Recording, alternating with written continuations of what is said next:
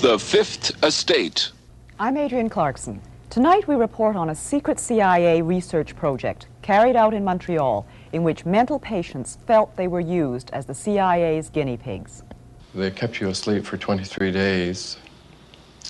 And while I was asleep, they were shocking the heck out of me with electric shocks. The CIA was interested in Dr. Cameron's work on psychic driving because it could give them an idea of where the personality could break or be stressed.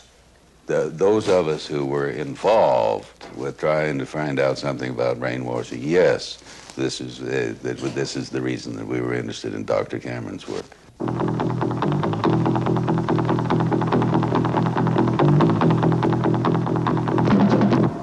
The American Central Intelligence Agency has been accused of manipulating citizens of countries all over the world, including Canada.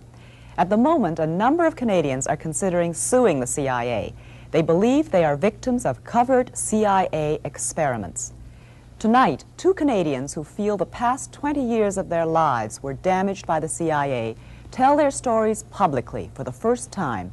They believe they were part of a CIA project called Mkultar, a research project so secret that even the Canadian government was not informed that the agency was funding activities in this country.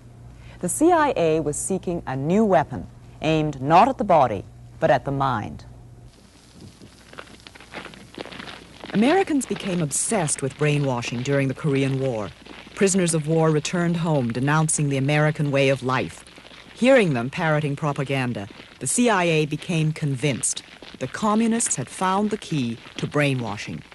Now the Americans had to unlock the mystery of mind control. There was great worry that the Soviets had developed rather esoteric and unusual methods of so-called brainwashing people.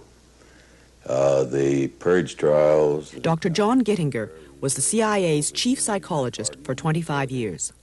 There was continued pressure put upon anybody within the agency in connection with trying to explain or understand brainwashing. So we were charged with rather an elaborate attempt to try to find out chemical, psychological, any kind of means that people could use to influence the behavior of the people. Nothing seemed too bizarre. To find out if sex could be used in spying, the agency studied San Francisco prostitutes and their clients. Using unwitting human beings as their guinea pigs, the agency tried everything: drugs, hypnosis, electroshock. Under code names like Mkultar, the CIA spent 25 years and $25 million on secret mind control research. Brainwashing could be a powerful ideological weapon, and the U.S. had to have it. And when the agency didn't undertake its own studies, it funded someone else's. Thus, the search for mind control brought Mkultar to Canada, to Montreal.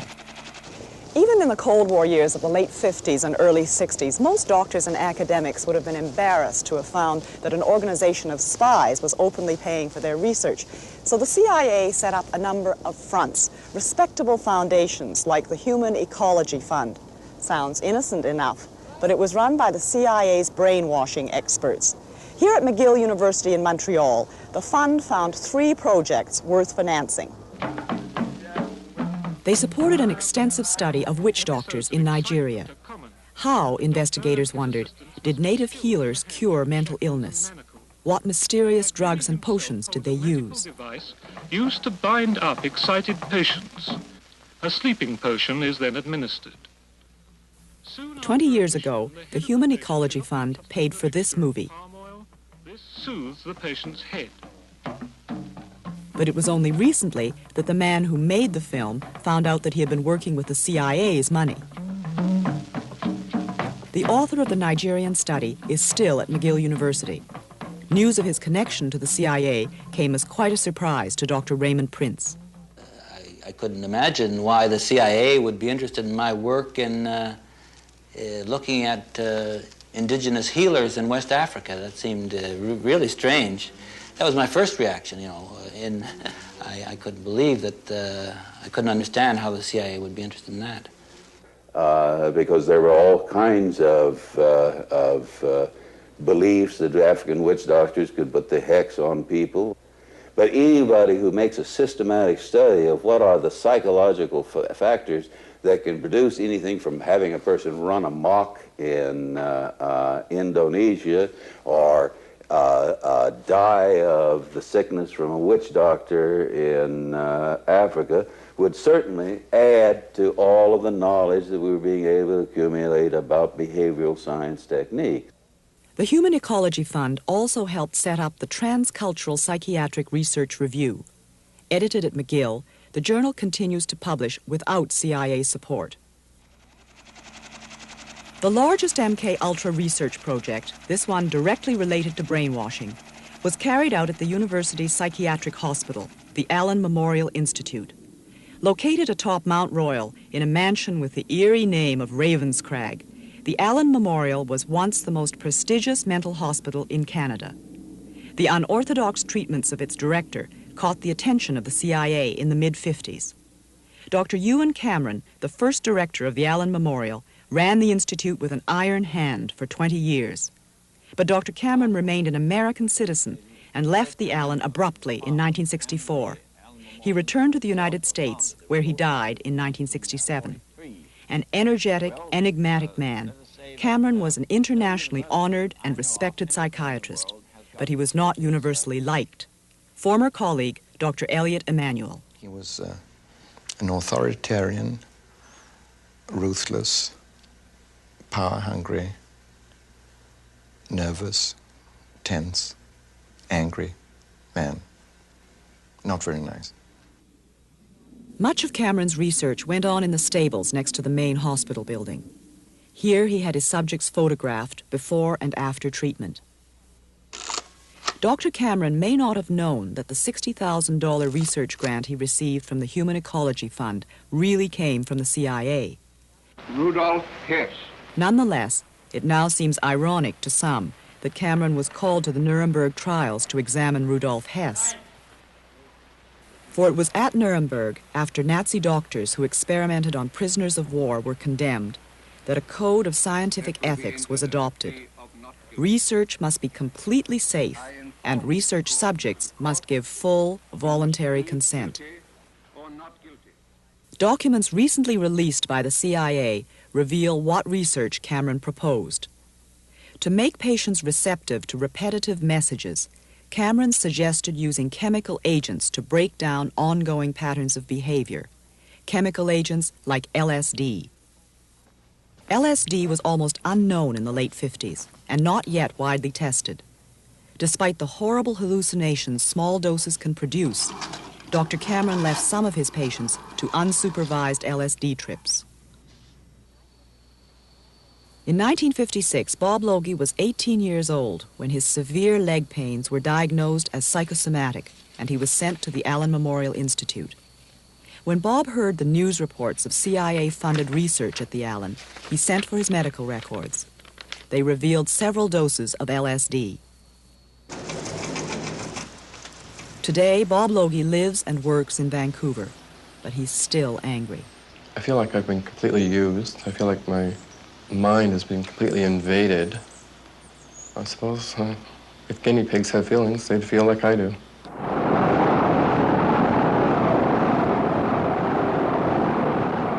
LSD trips were terrifying to patients who had never heard of LSD and who had no way of knowing why their world was suddenly upside down. Hallucinations last for hours. Experts say this is what an acid trip would look like if it could be filmed.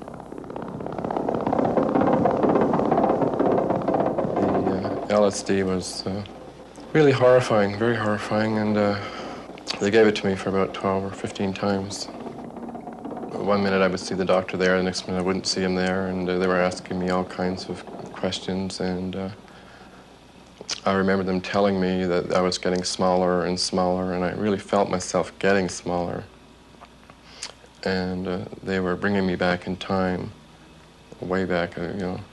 At one point, I almost felt like I was just about to be born, really, that far back in memory. And they were really, really probing, asking all kinds of questions. And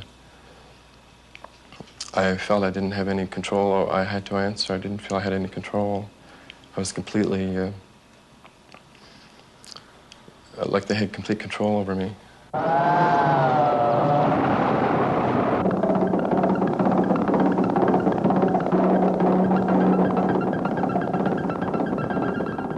Bob's leg pains were eventually treated with cortisone, but the effects of the LSD stayed with him, and soon he was back in the hospital. I just felt I couldn't cope. I couldn't adjust after the LSD, and I was having a hard time. I couldn't hold down a job for very long. I was going from one place to another, and the anxiety really built up. I just couldn't cope, and I went back. The interest in this sort of chemical, this kind of magic, this shortcut weapon, prompted the CIA's interest in hallucinogens, particularly LSD? Yeah, very definitely, because the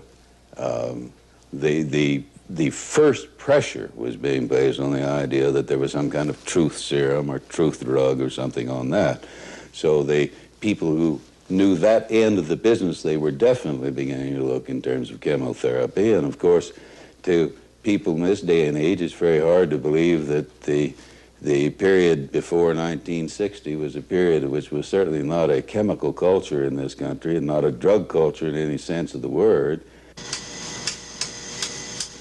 With some patients, Dr. Cameron tried a drastic treatment called depatterning. Massive doses of electroshock, 20 times more intense than the standard shock treatments used today, were administered to patients who were kept sleeping for days. Dr. Cameron thought he could wipe out patients' sick behavior and leave the healthy personality intact. But first patients were to be so depatterned that some even forgot their toilet training. Not all the patients ever completely regained their memories.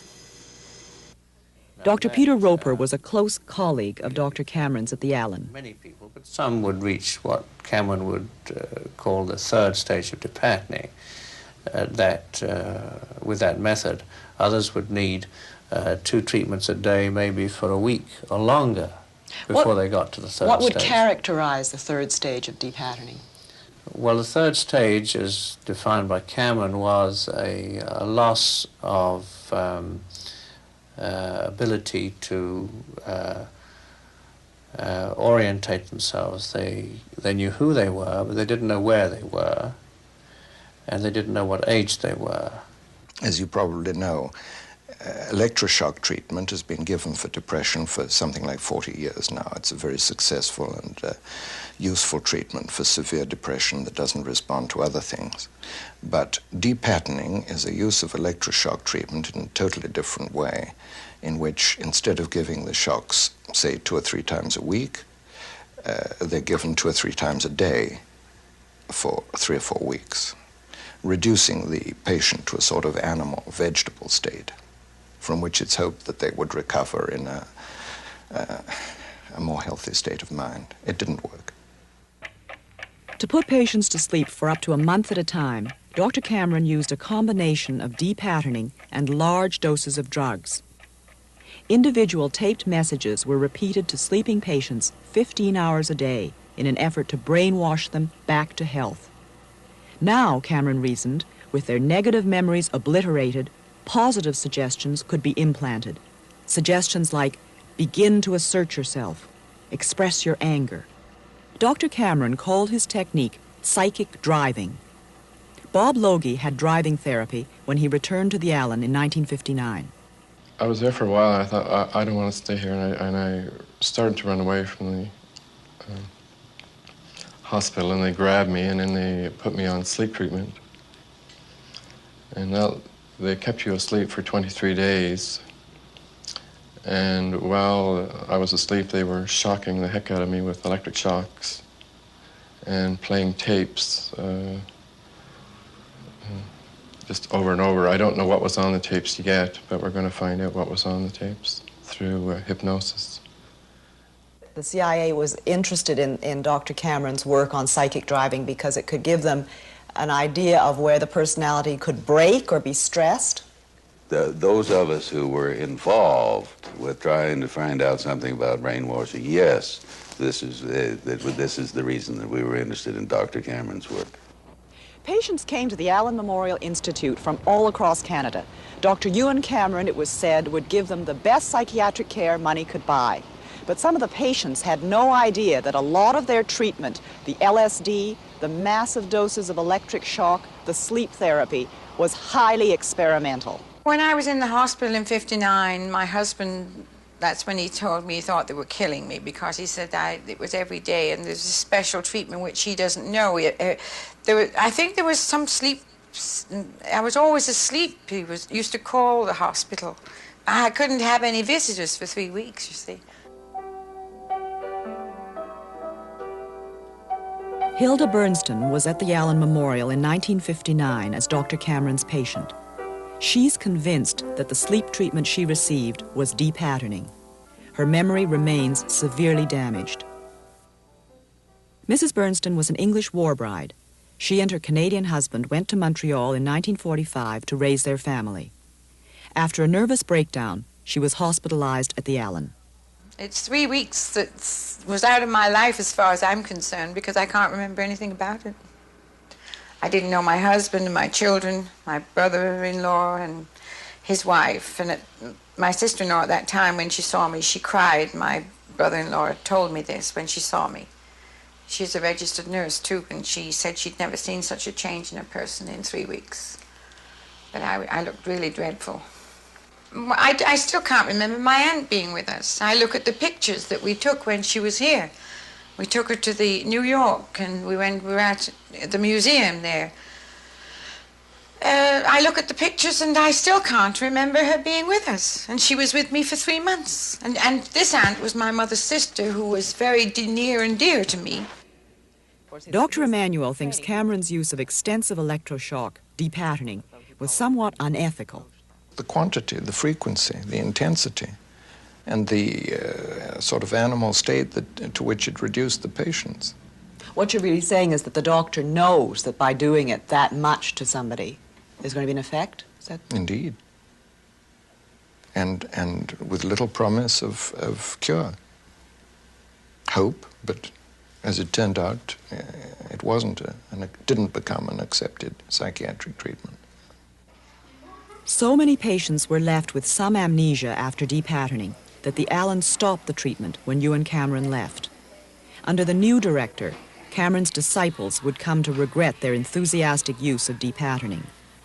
Dr. Peter Roper left the Allen Memorial in 1967. What were the circumstances of your leaving the Allen?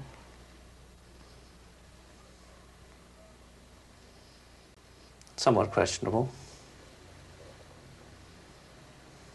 In what way? The annual reappointment was not renewed in '67. Did Dr. Cameron have anything to do with this, or was it after he left? Oh, that was after he left. He left in '64. Did you have any disagreement about treatments given there? I didn't disagree with anybody. I think there was the depatterning treatment was stopped, I think, in '65. So anybody that continued to do it after Cameron left didn't do it after 1965. So you didn't do it after '65? Oh, no, no. I certainly know that an intelligent, ethical scientist today would not do an awful lot of things that an ethical scientist would do in those days. How do you now feel about the use of involuntary subjects for CIA experiments or CIA-funded agency experiments? I certainly think that it would be ridiculous in this day and age. No, I don't see any way that you would do that. There was no informed consent. I would guess that, as I've just said, informed consent, as we now know it, was not a part of research at that time, and especially as regards the use of LSD, perhaps, or the depatterning, I doubt if those patients really knew what they were being led into. Informed consent doesn't mean much to people who are mentally ill. Not many people are so mentally disturbed that they can't understand that they're being given an experimental drug or they're being given electroshock 3 times a day. People can understand that. It can be explained in simple words. It had a great effect on my life. I mean, I have been sick before, and I've had treatment, but there was never any experience I had was like that I had in '59. I've never been able to sleep without medication since the sleep treatment. I went through years and years and years of severe depressions. I dream about it. All my waking hours, I think about it. It's eating me up. It really is. I mean, if he was doing it and knew that what he was doing for the benefit of the CIA, then I don't agree with this at all. I mean, why pick on me or anybody else? I don't like that. It leaves me completely stunned. I don't know if I'll ever recover from it.